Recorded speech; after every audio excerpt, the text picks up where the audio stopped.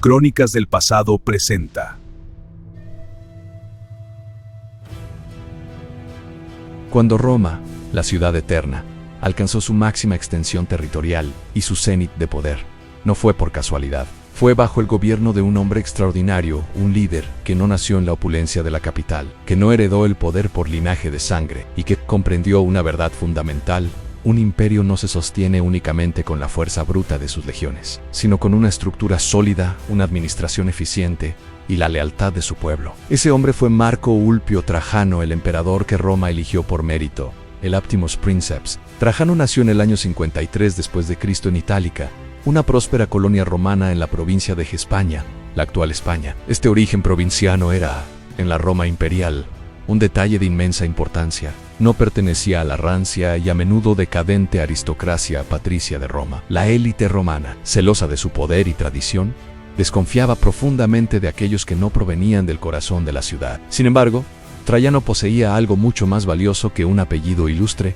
una carrera militar impecable y una reputación forjada en el campo de batalla. Desde su juventud, Trajano se formó en el ejército romano, no como un político de salón o un cortesano intrigante, sino como un oficial de frontera. Pasó años en los duros y exigentes límites del imperio, lejos del lujo y las intrigas de Roma, en lugares donde los errores se pagaban con sangre y la supervivencia dependía de la disciplina y la estrategia. Fue en estas fronteras en Germania y Siria donde aprendió dos lecciones cruciales: cómo funcionaba una legión de verdad en su máxima eficiencia y cohesión, y cómo pensaba un soldado común cuando el Estado con su burocracia y sus promesas parecía distante. Para comprender la magnitud del ascenso de Trajano, es esencial entender el turbulento momento histórico que precedió a su reinado. El imperio venía de una etapa de inestabilidad crónica. Tras la caída de la dinastía Julio-Claudia, Roma había sufrido una serie de emperadores mediocres, tiranos como Domiciano, y un sinfín de conspiraciones palaciegas que habían erosionado la confianza en el liderazgo imperial.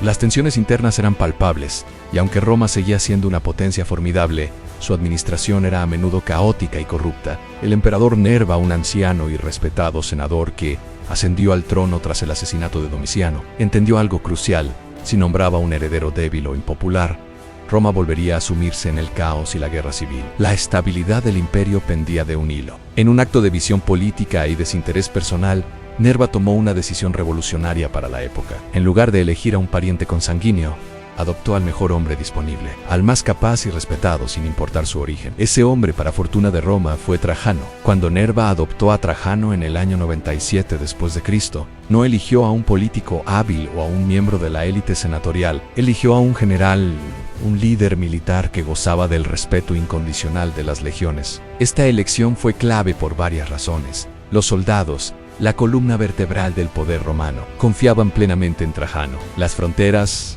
siempre una fuente de preocupación, se tranquilizaron con solo escuchar su nombre, y Roma, la ciudad y sus ciudadanos, sabían que si algo salía mal, el ejército bajo el mando de Trajano respaldaría al nuevo emperador. Lo más inusual fue la reacción de Trajano. Lejos de correr a Roma para reclamar el poder y disfrutar de sus privilegios, hizo algo sin precedentes.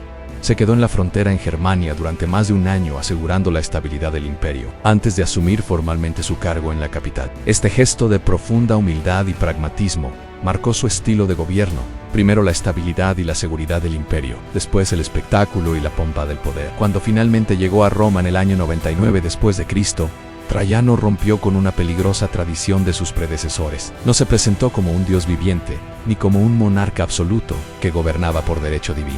En cambio, optó por gobernar junto al Senado, no contra él. Escuchaba, consultaba, negociaba, no porque fuera débil, sino porque entendía que un imperio, para ser duradero, debía funcionar como una máquina bien engrasada, no como un trono caprichoso. Su política interna se basó en tres pilares fundamentales: estabilidad administrativa, respeto institucional y una presencia real y benéfica del Estado en la vida de los ciudadanos. Implementó reformas que mejoraron la eficiencia del gobierno, redujo la corrupción y promovió la justicia. Una de sus iniciativas más célebres fue el programa Alimenta, un sistema de préstamos a bajo interés para agricultores italianos, cuyos intereses se utilizaban para financiar la manutención y educación de niños pobres en toda Italia. Esto no solo era una medida de bienestar social, sino también una inversión en el futuro demográfico y militar de Roma. Pero Trajano no solo fue un administrador, Fue un constructor visionario. Transformó la faz de Roma con proyectos monumentales que aún hoy asombran.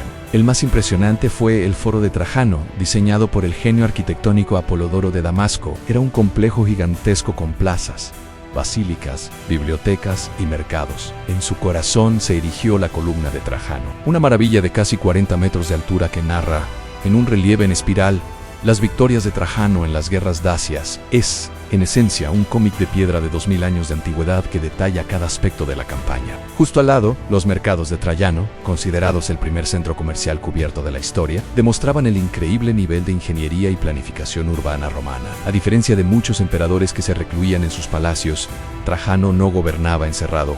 Era un emperador accesible, recorría la ciudad, escuchaba las denuncias de los ciudadanos comunes, respondía a sus peticiones. Esta cercanía con el pueblo construyó algo rarísimo en Roma, una legitimidad popular real, basada no en el miedo o la propaganda, sino en el respeto y la admiración genuina. Por eso, el Senado, no por obligación, sino por consenso, le otorgó un título único y sin precedentes, Optimus Princeps, el mejor de los emperadores, un honor que ningún otro emperador romano recibiría con tanta unanimidad. A pesar de su enfoque en la administración y las obras públicas, Traiano sabía que la paz interna no podía durar si las fronteras del imperio eran débiles. Al norte del río Danubio, el reino de Dacia en la actual Rumanía, representaba una amenaza constante. Su rey, Decébalo, un líder astuto y valiente, había humillado a Roma en el pasado, forzando tratados desfavorables y exigiendo tributos. Traiano entendió algo esencial: si no resolvía el problema dacio de una vez por todas, el imperio sangraría eternamente en una guerra de desgaste. Y así, Traiano decidió hacer lo que otros no se habían atrevido: una guerra total, planificada meticulosamente y ejecutada con una determinación férrea. Entre los años 101 y 106 después de Cristo, Roma libró dos duras campañas contra Dacia. Trajano no se limitó a enviar a sus generales. Fue él mismo quien dirigió las campañas dácicas, demostrando su genio militar con una precisión casi quirúrgica. La logística fue impecable. Se construyeron caminos, puentes y fortificaciones para asegurar el suministro a las legiones. La ingeniería militar romana alcanzó nuevas cotas, culminando en la construcción del famoso puente de Trajano sobre el Danubio, una maravilla de la ingeniería de la época, diseñado también por Apolodoro de Damasco. Este puente no fue solo un símbolo de poder, sino una herramienta estratégica vital para el avance romano. Roma no solo venció a Dacia, sino que la absorbió por completo, convirtiéndola en una provincia romana. El botín de guerra fue colosal: inmensas cantidades de oro y plata, miles de esclavos y vastos recursos mineros. Esta riqueza no solo financió las grandiosas obras públicas de Traiano en Roma, sino que también consolidó la economía del imperio, marcando un periodo de prosperidad sin igual. Con la victoria en Dacia, Trajano aseguró las fronteras del Danubio, fortaleció la economía romana y consolidó el apoyo absoluto del ejército. Roma estaba lista para algo aún más grande. Con la victoria en Dacia, Trajano no solo expandió las fronteras de Roma, sino que también aseguró su prosperidad económica y el apoyo inquebrantable de sus legiones. El imperio romano, bajo su liderazgo, se encontraba en su punto más alto, listo para mirar más allá de sus fronteras conocidas y alcanzar una extensión sin precedentes. Pero la historia de Trajano no termina aquí. Su mirada ya estaba puesta en el este, en los vastos y ricos territorios de Partia, donde el imperio alcanzaría su máxima gloria y enfrentaría sus más grandes desafíos. Su gran ambición era emular a su héroe, Alejandro Magno, y llevar las águilas romanas más allá de las fronteras conocidas. La oportunidad surgió en el año 113, cuando el rey de Partia, el gran rival de Roma en Oriente, intervino en Armenia, un reino cliente de los romanos. Para Trajano, esto fue el pretexto perfecto. Así comenzó la última gran campaña expansionista del Imperio Romano. En una serie de campañas relámpago, Trajano anexionó Armenia como provincia. Luego, avanzó hacia el sur, adentrándose en el corazón del Imperio Parto. Las grandes ciudades de Seleucia, Babilonia y la capital, Ctesifante, cayeron una tras otra ante el imparable avance de las legiones. En el año 116, Trajano alcanzó un hito que ningún romano había logrado antes,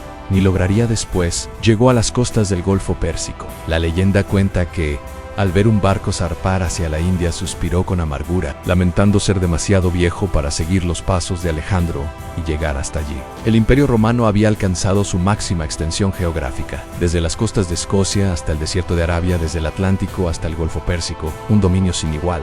Pero este clímax fue efímero. Gobernar territorios tan vastos y lejanos era una pesadilla logística y militar. Apenas Trajano dio la espalda, Las revueltas estallaron a sus espaldas. Una gran rebelión judía, conocida como la Guerra de Quitos, se extendió por Chipre, Egipto y Cirenaica. Al mismo tiempo, los partos se reagruparon y contraatacaron en Mesopotamia, amenazando las líneas de suministro romana. El sueño oriental se estaba convirtiendo en una pesadilla. Agotado por la campaña y luchando por mantener el control, la salud de Trayano comenzó a fallar. En el año 117, mientras se preparaba para regresar a Roma, sufrió un derrame cerebral.